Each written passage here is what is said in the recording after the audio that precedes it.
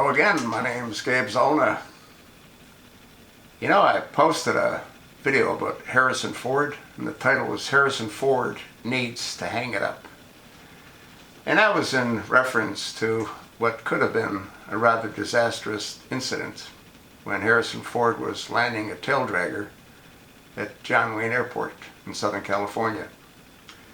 John Wayne Airport has two runways, one for the larger jets, which is to the right, and one for smaller planes, which is to the left. And they both have their own taxiways. Harrison Ford was cleared to land on the runway to the left.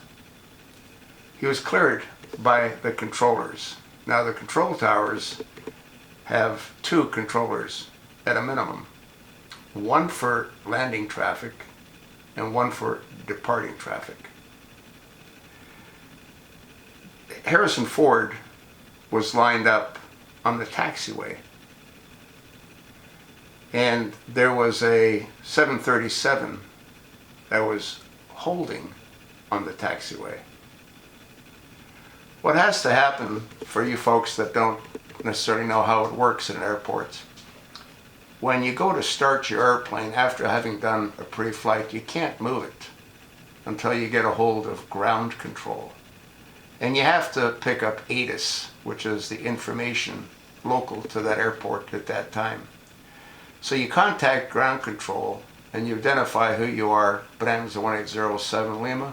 We have information Echo or X-ray. And they change the information name to make certain that you have the most current information. Once you've made contact with ground control, they'll then clear you to whatever you've requested for. So let's say you want to depart on runway 22 at Catalina. Well, then you're going to go towards the taxiway and you're going to hold short unless they clear you for takeoff, which they normally don't do, until you get to the run-up area. After you've done your run-up, then you would ask to be allowed to go into the active. And then you identify what you want to do, or what you intend to do, whether it's a straight-out departure, right base, right crosswind, left downwind, left base, whatever it is that you decide that you want to do. The controller should have alerted Harrison Ford that he was lined up on the wrong runway. The reality is that if there would have been an incident, it wouldn't have been the controller's fault. Controllers are only responsible for airplanes on the ground. Pilots are responsible for airplanes in the air. That might seem a little bit odd, but that's what it is. I used to fly out of Carlsbad, which is also known as Palomar, and I was taking my multi-engine training.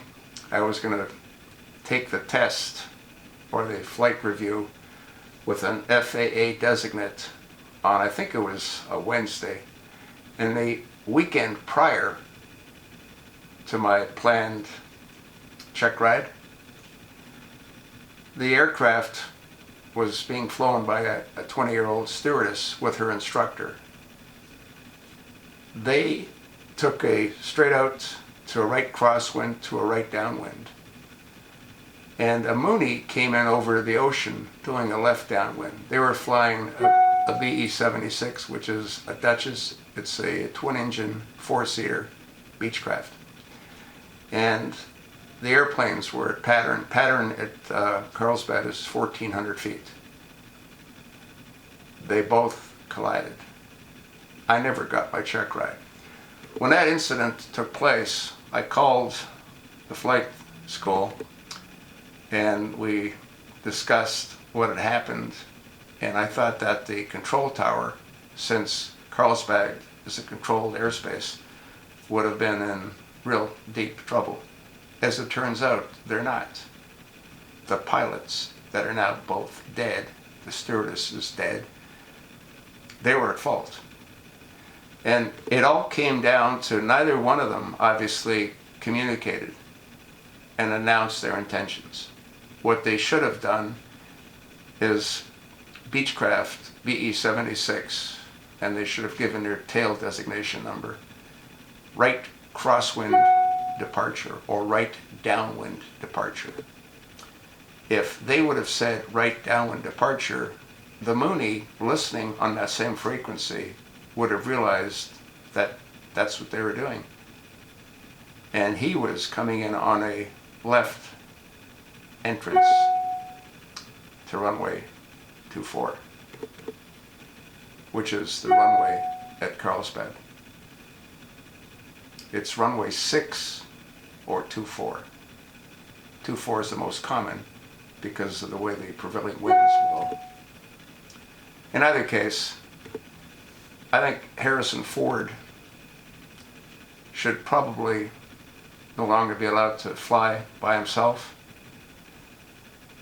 And not because he landed on the wrong runway, but because there was a 737 parked right in front of him.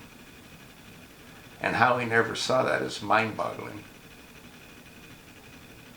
That's sort of what I think. And you got an idea as to why I think what I think. We'll see what the FAA does. But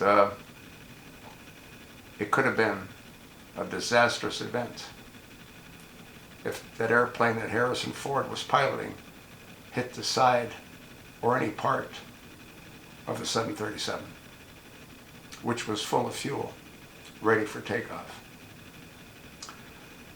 Hope you sort of understood what I was trying to explain.